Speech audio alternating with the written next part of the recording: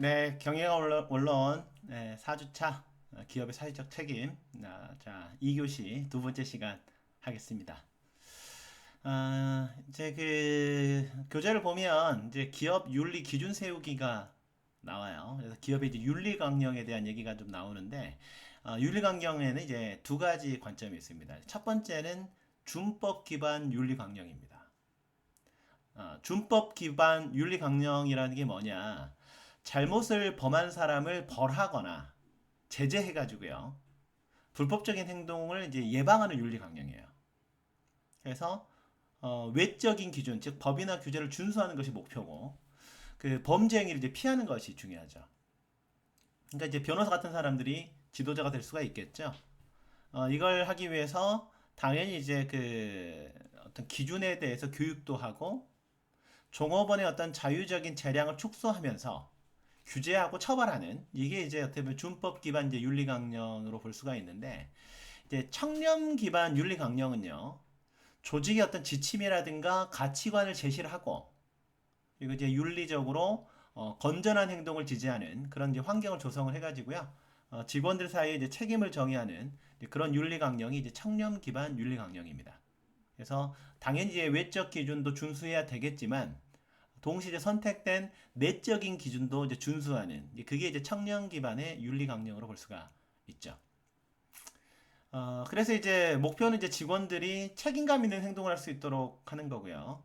지도자는 변호사 또는 그 다른 조언자들의 도움을 받는 이제 관리자로 볼 수가 있을 것 같고 방법은 이제 어떤 리더십을 이제 교육을 하고요. 책임감, 의사결정 과정, 그리고 이제 규제 처벌 이런 것들을 통해서 청년 기반 윤리 강령을 하는 이런 부분으로 볼 수가 있겠습니다. 그렇다 한번 그 삼성전자 들어가면 윤리 경영에 대한 것들이 좀 나와 있거든요. 그래서 뭐 예를 들어서 뭐 삼성전자 윤리 경영을 보면 법과 윤리를 준수한다, 깨끗한 조직 문화를 유지한다, 고객, 주주, 종업원을 존중한다, 환경, 안전, 건강을 중시한다. 글로벌 시민으로서 사회 책임을 다한다. 이렇게 되어 있는데요. 한번 그 제가 그 교재에 그 사이트를 놔뒀으니까 주소 한번 들어가서 살펴보세요. 보면 이런 식으로 되어 있죠. 경영 원칙을 한번 살펴볼게요. 그러면 자, 법과 원칙을 준수하고 깨끗한 조직 문화 유지하고 고객, 주주, 종업원을 존중하고 환경, 안전, 글로벌 시민으로서 사회적 책임 다한다. 하나씩 살펴볼까요? 자, 법과 원칙을 준수한다는 것은 일단 개인의 존엄성과 다양성을 존중하는 이런 부분들이 있고, 자, 법과 상도에 따라 공정하게 경쟁하고요.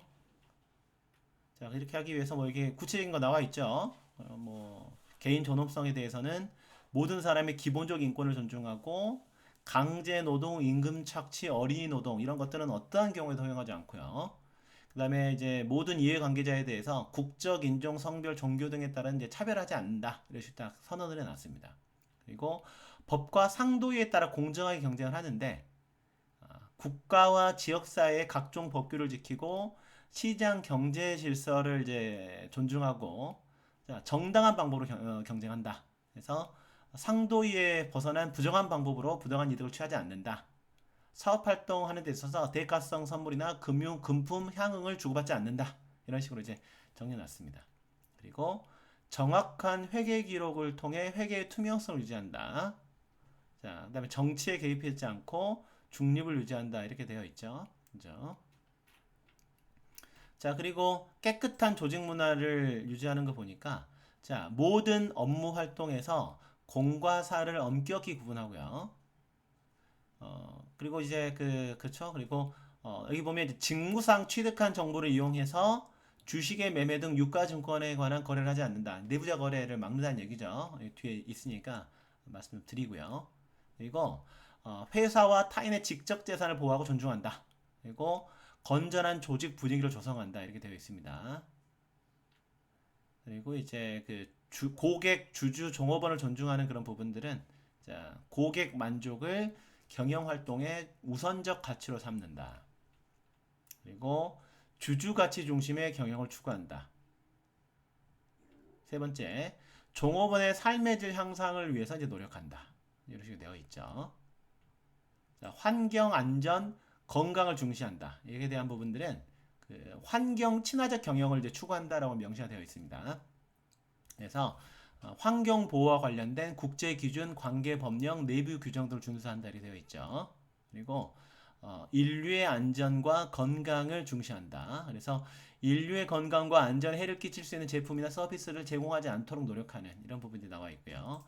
자, 글로벌 시민으로서 사회적 책임을 다한다. 뭐 그래서 전체적으로 어떻게 보면 이제 기업 시민으로서 회사에 대한 신뢰도를 높이려고 노력하고 안정적인 고용 창출, 조세 납부 성실히 이행한다. 뭐 이런 식으로 그리고 자원봉사, 재난구호, 사회봉사 활동에 적극 참여한다. 이런 식으로요. 이렇게 윤리 강령을 통해서 이렇게 윤리 경영을 하겠다라고 이제 선언을 하고 있죠. 그렇죠? 물론 이제 잘 지켜지느냐 이건 조금 이제 생각이 다를 수는 있지만은 이런 식의 윤리 경영이 실제 현재 이제 기업 경영에서 일어나고 있는 상황입니다. 기업 윤리 개선을 위한 이제 6단계를 살펴보게 되면요. 일단 첫 번째, 최고 경영진은 이러한 어떤 그 윤리적인 어떤 행동 자체를 명시적인 기업의 행동 규범으로 채택하고 절대적으로 이제 지지해야 한다. 1단계고요. 2단계는 직원들이 이제 이해를 하고 있어야 된다는 거예요. 최고 경영자가 윤리적인 행동을 기대하고 있고 마찬가지 고위 관리자도 나의 윤리적인 행동을 기대하고 있다. 이런 것들이 숙지하고 있어야 되고요. 자, 세 번째, 관리자와 기타 모든 직원은 비즈니스의 모든 의사결정 과정에서 윤리적인 고려를 하도록 훈련을 받아야 합니다. 자, 네 번째, 윤리 사무실은 이제 열려 있어야 되고요. 그러니까 누구도 쉽게 접근할 수 있어야 돼요. 뭐 메일을 보낸다라거나 아니면 그 전화를 한다라거나 사무실 열려 있어야 되고 내부 고발자는 이제 보복으로부터 반드시 이제 보호받아야 하는.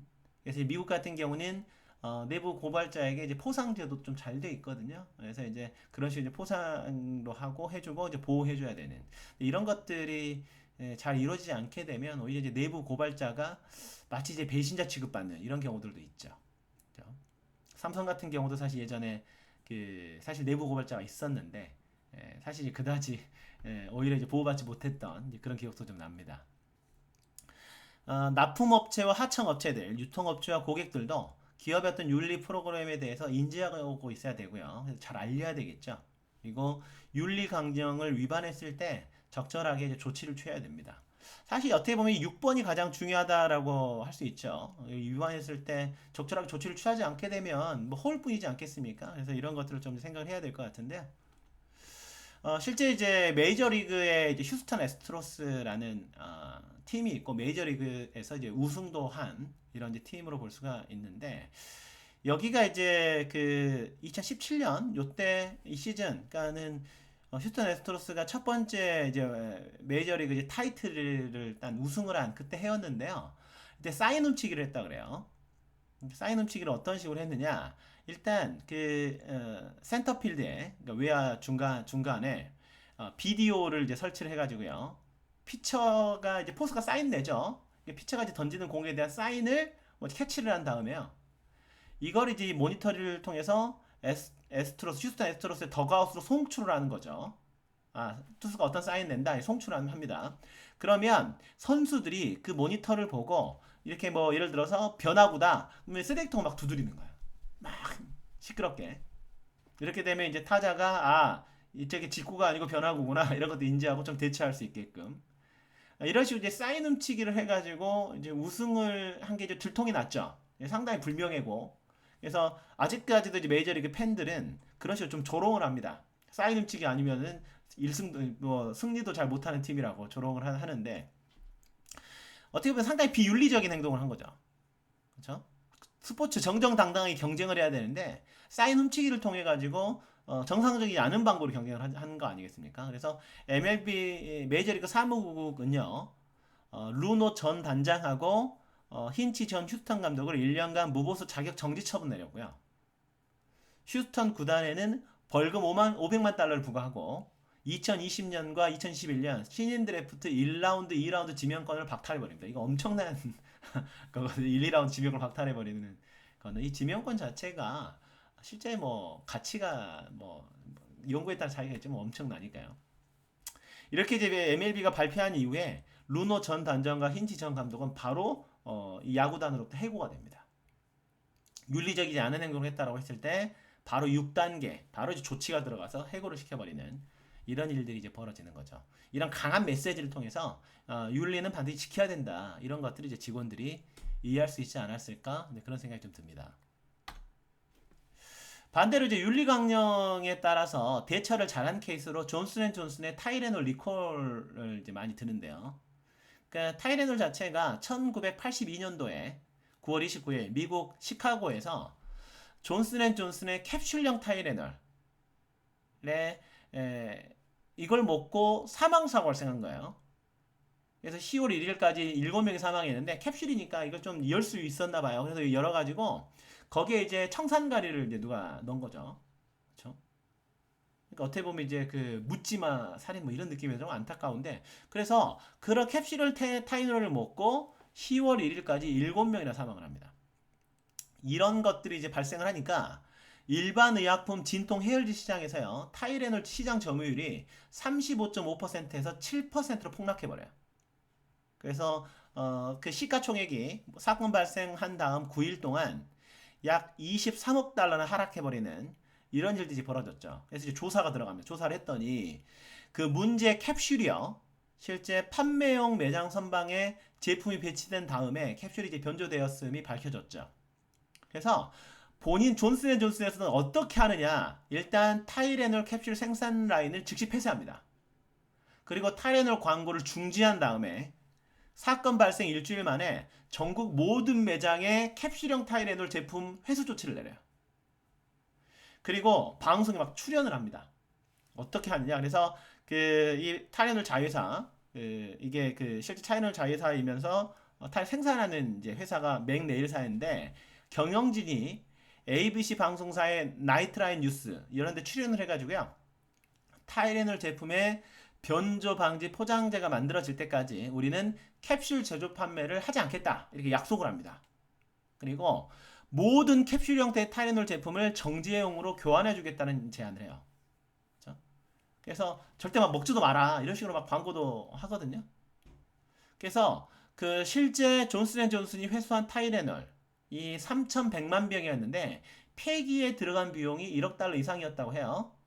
그런데 존슨앤존슨이 수거한 캡슐을 검사해 봤더니 실제 독극물이 함유된 타이레놀이 추가로 75개나 발견이 됐다니까 실제 인명피해를 좀 무려 75명 정도로 막은 거죠. 그렇죠? 이런 식으로 대처를 한 겁니다. 대처를. 그래서 새로운 포장재 개발에 나서가지고요. 1982년 11월 변조 방지 포장재를 새로 출시를 했는데 이런 식으로 무슨 일이 딱 벌어지니까 숨기지 않고 우리가 그건 이제 잘못했으니까 바꾸겠다.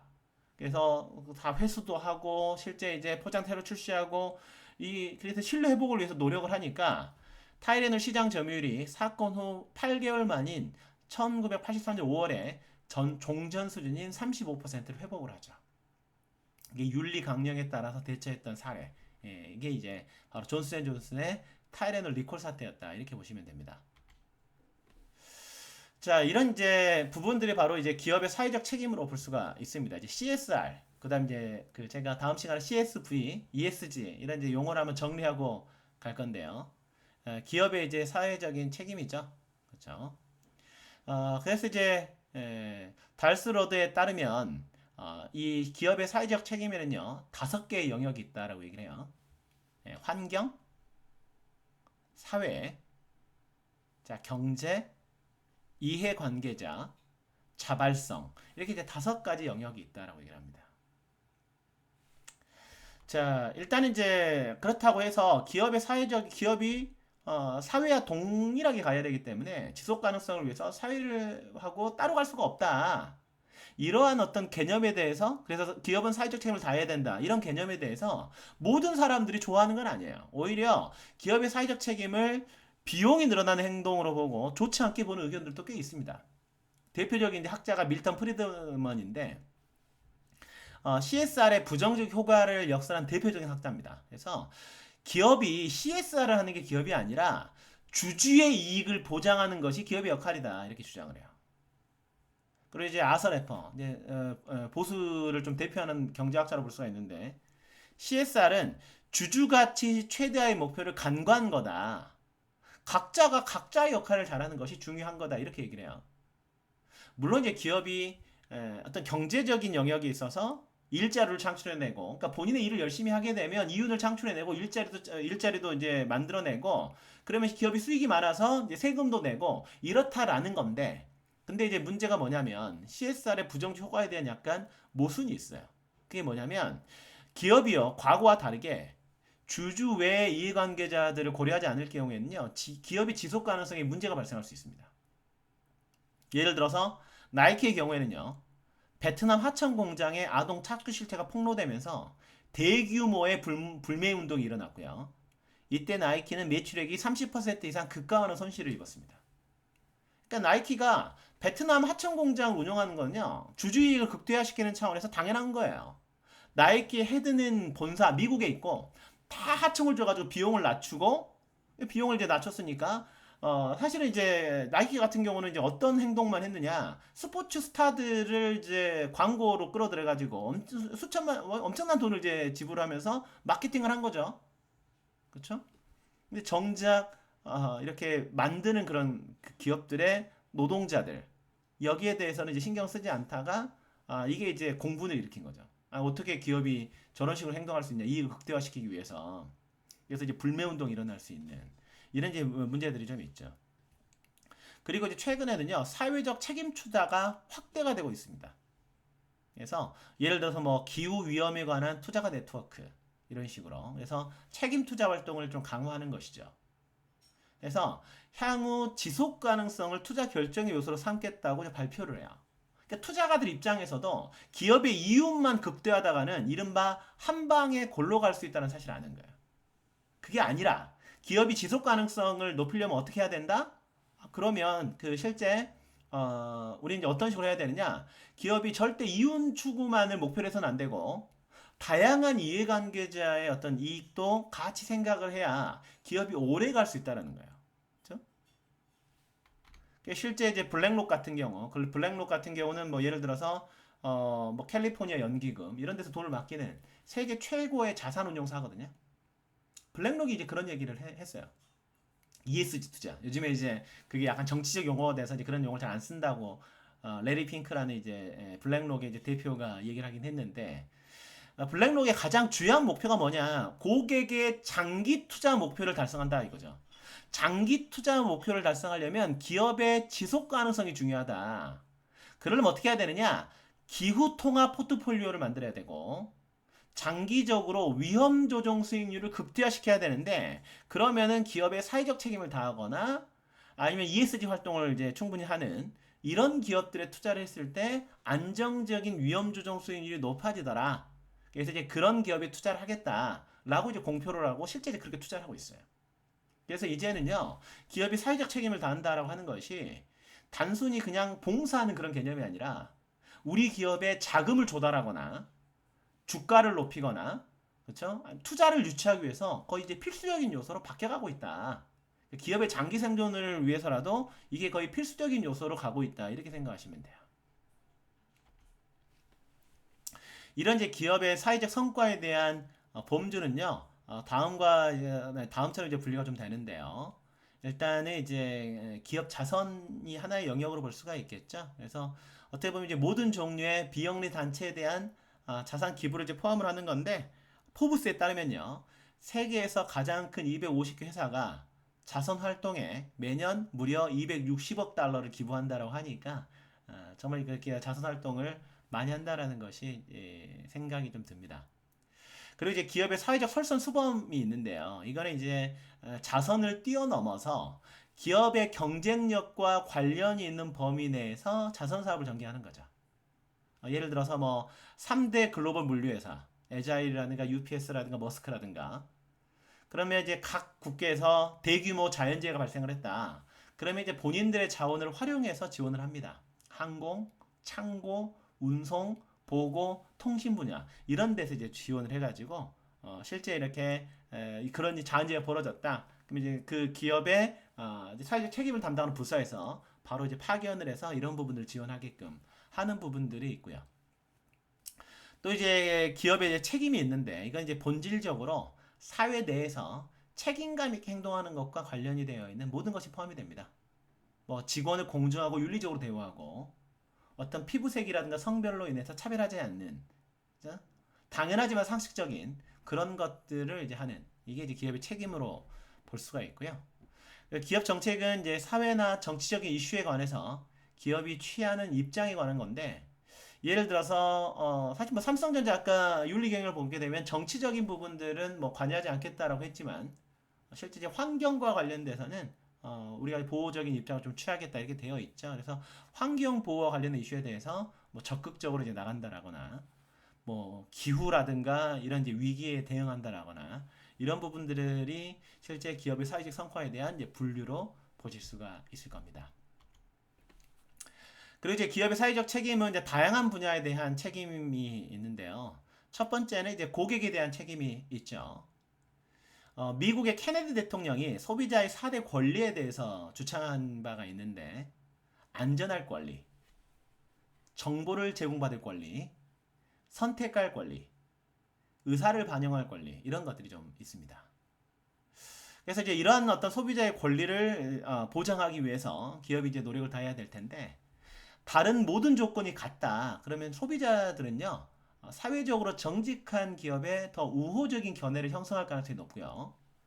마켓와치닷컴에 따르면 소비자는요 사회적 책임감이 있는 회사에 6%더 많이 지불할 의향이 있어요.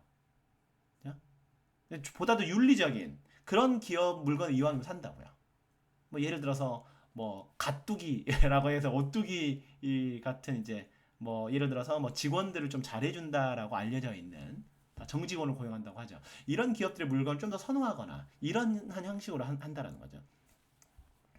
그 이제 투자자들에 대한 책임이 있는데 어떻게 보면 윤리적인 행동은요 기업의 지속 가능성을 높이고 기업 가치를 향상시킵니다. 실제 이제 여러분들 나중에 논문들을 보게 되면요 기업의 어떤 그 사회적 책임 CSR과 어떤 재무적인 성과라거나 ESG와 기업의 성과라든가 이게 상당히 상관관계가 있다는 논문들이 많아요. 실제 사회와 환경에 이로운 제품과 서비스를 제공하는 기업, 이런 한 기업만 골라 투자하는 그런 펀드들도 많고요. 그랬을 때 투자자들은 어떤 기업의 재정적인 건강뿐 아니라 사회적인 건강도 향상시킬 수 있거든요. 물론 이것과 정반대된 게 죄악주 투자입니다. 그래서 안 좋은 것, 도박이라든가 유흥이라든가 술이라든가 이런 것들을 만든 기업이만 투자하는 그런 상품들도 있긴 한데 그래서 그런 것도 죄악주 투자라고 해요. 근데 이제 반대로 이제 ESG라든가 CSR과 관련된 기업이 이제 골라 투자하는 그런 것들이 상대적으로 훨씬 많죠. 그리고 이제 내부 거래 문제도 있는데요. 내부자가 자신의 이익을 위해서 기업의 비공개 정보를 이용하는 건데 이건 이제 교재에 IBM 사례가 나와 있으니까 한번 살펴보면 좋을 것 같습니다. 그리고 이제 직원들에 대한 책임이 있는 것이죠. 기업은 이제 기업을 운영하면서 일자리를 창출하고요. 그리고 이제 어떤 책임이 있냐면 효율적인 인사 관리를 해야 됩니다. 직원들은 이제 사람으로서 당연히 자기가 한 일에 대해서 적절하게 보상을 받고 그리고 이제 뭔가 올라가고자 하는 욕구가 있죠. 자아 실현을 한다라거나. 그래서 사실 인사 고과라든가 인센티브라든가 이런 것들이 성과에 비례해서 할 수 있도록 적절하게 승진 기회도 보장해주고 효율적인 인사 관리를 해야 될 겁니다. 여기에 대한 것들이 이제 차후에 내용을 다룰 거고요. 실제 직원의 만족도가 높은 기업은 경쟁사에 비해서요. 10년 이상 기간 동안 4배 더 빨리 성장했고 400억 달러 이상을 더 벌었고요. 80만 개 이상의 일자리도 창출했고요. 당연히 이런 기업들은 이직률도 더 낮겠죠. 이러한 성과 차이는 어디서 나왔느냐? 기업의 직원들에 대한 약속 이행과 배려에서 비롯됐다라고 얘기를 합니다. 그리고 이제 사회와 환경에 대한 책임이 있는데요. 기업은 사회 정의를 촉진시켜야 될 책임이 있습니다. 뭐 예를 들어서 환경을 정화한다는 하는 활동, 지역에 공동 화장실을 마련해주고 저소득층 자녀와 노인을 지원해주고 그리고 뭐 IT와 관련된 교육도 제공하거나 이런 것들이죠. 환경을 보호하려는 노력, 뭐 예를 들어서 포장재에 대해서도 조금 더 이렇게 비용을 들여서 예를 들어서 이렇게 비닐이 아닌 뭐 이렇게 플라스틱이 아닌 다른 형태, 친환경적인 뭐 이를테면 뭐 조금 썩는 어떤 재질 이런 것들을 활용한다거나 이러한 환경보호 노력은 기업 비용을 증가시킬 수가 있죠. 하지만 제품 가격을 높이거나 시장 점유율을 높일 수가 있어요. 왜 그러느냐? 실제 밀레니얼 세대의 90%는요. 환경 친화적인 성분을 가진 제품에 더 많은 비용을 지불할 용의가 있거든요. 그리고 이제 요즘에는 그 동물과 관련돼서도 동물 실험을 하지 않는 이런 기업을 선호한다거나 뭔가 약간 윤리성이 있는 어떤 기업의 어떤 제품을 선호하는 그런 인식들이 좀 있죠. 그리고 이제 사회적 감사는요. 여기서 감사라고 하는 것은 그 책임 평가하는 겁니다. 조직이 사회적 책임을 다하기 위해서 어떤 프로그램을 수행해 나갈 때 그것이 잘 진행되고 있는지를 평가하는 거. 이렇게 사회적 감사가 행해질 때는요. 물론 이제 기업이 어떤 좋은 느낌을 주거나 홍보를 한다거나 이런 수준인데 이런 걸 넘어서서 기업이 어떻게 보면 사회적 책임을 다하도록 약간 강요하는 그런 효과가 발생해요. 그렇죠? 그래서 예를 들어서 계속 압박을 할 수가 있는 거죠. 지역사회라든가 어떤 환경 보호자들이라든가 이런 사람들이 왜 당신의 기업은 그런 행동들을 하지 않느냐라고 압박했을 때 그 기업은 본인들의 어떤 평판이라든가 브랜드를 위해서 그런 압박을 좀 수용을 하는. 그래서 예를 들어 사회적 의식이 있는 투자가들이라든가 예를 들어서 환경보호를 제대로 하지 않는 회사에 투자하지 않겠다. 자금을 빼겠다. 이런 것들이 상당히 영향력을 주고요. 실제 이사회에서 부결표 던지고 막 그렇습니다.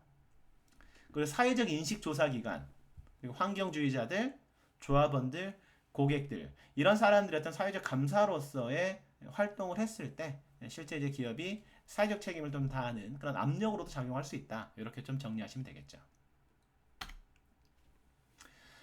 그리고 이제 국제윤리와 사회적 책임을 보게 되면요. 기업은 국제적 공급자들이 인권과 환경 기준에 맞는 제품을 공급하도록 요구할 수 있습니다. 사실 각 국마다 제도가 다 다르고요. 규제가 좀 다르죠. 좀 선진국들은 예를 들어서 어떤 공급업자라든가 이런 쪽에도 자사에 맞는 눈높이에 맞는 어떤 그런 것들을 요구할 수가 있는데 막상 약간 이제 중진국이라든가 뭐 산업이 발달하지 않은 회사들은요. 아동 노동이라든가 이런 것들이 상당히 인권이 낮은 데 수 있죠. 이때 기업이 어떤 태도를 취할 거냐 이런 것들이 상당히 이제 중요하다라고 여겨집니다. 예를 들어서 의류업체 PVH, 뭐 캘빈 클라인이라든가 타밀피거와 같은 브랜드를 가지고 있는 의류업체인데요. 이 업체는 이제 자사 윤리, 환경, 인권 규범을 위반하는 공급자의 제품에 대해서는요 주문을 취소하고요. 다우 케미컬 같은 경우는 자사의 어떤 공급자가 개별 국가의 현지법이 좀 수준이 낮더라도 미국의 오염과 안전에 관한 법을 지킬 걸 이제 기대한다고 해요. 수준이 높은 거죠. 맥도날드 같은 경우도 자연 환경을 훼손하는 공급자. 예를 들어서 뭐 우리 뭐 나무를 싹 베버리고 거기에 가축을 키운다라거나 이런 공급자들에 대해서는 물건을 받지 않는 그런 금지 규정을 이제 문서화했다라고 합니다. 예를 들어서요. 허쉬 볼게요. 허쉬 초콜릿 있죠. 자, 허쉬 같은 경우 공급업체 행동 강령이 이렇게 되어 있어요. 그래서 이 허쉬 같은 경우 허쉬 프로그램에서 무관용 위반 사항으로 간주되는 미준수 사항. 이거 관용하지 않고 이제 바로 공급을 끊어버리겠다 이거죠. 첫 번째가 아동 노동. 그렇죠? 그래서 그 학교 교육이나 직업 교육을 방해하거나 신체적, 정신적, 정서적 발달에 해를 줄 수 있는 부당한 위험에 어린이를 노출시키는 방식으로 18세 이하 노동자를 고용한 후에 이 무관용이에요. 그 이제 강제 노동, 그렇죠? 그리고 그 노동자의 이동의 자유를 제한하거나 불이익 없이는 어떻게 노동을 중단이 못하게 하는 행위 이러한 것들은 이제 하지 않겠다라는 거죠. 그리고 윤리적 비즈니스 표준 위반 어떻게 보면 이제 선물 접대 기타 향응에 대한 증거 개인적으로 이익이 되거나 뇌물로 보이는 사회 사업 기회 또는 수수료 리베이트를 제공하는 그런 행위들이죠.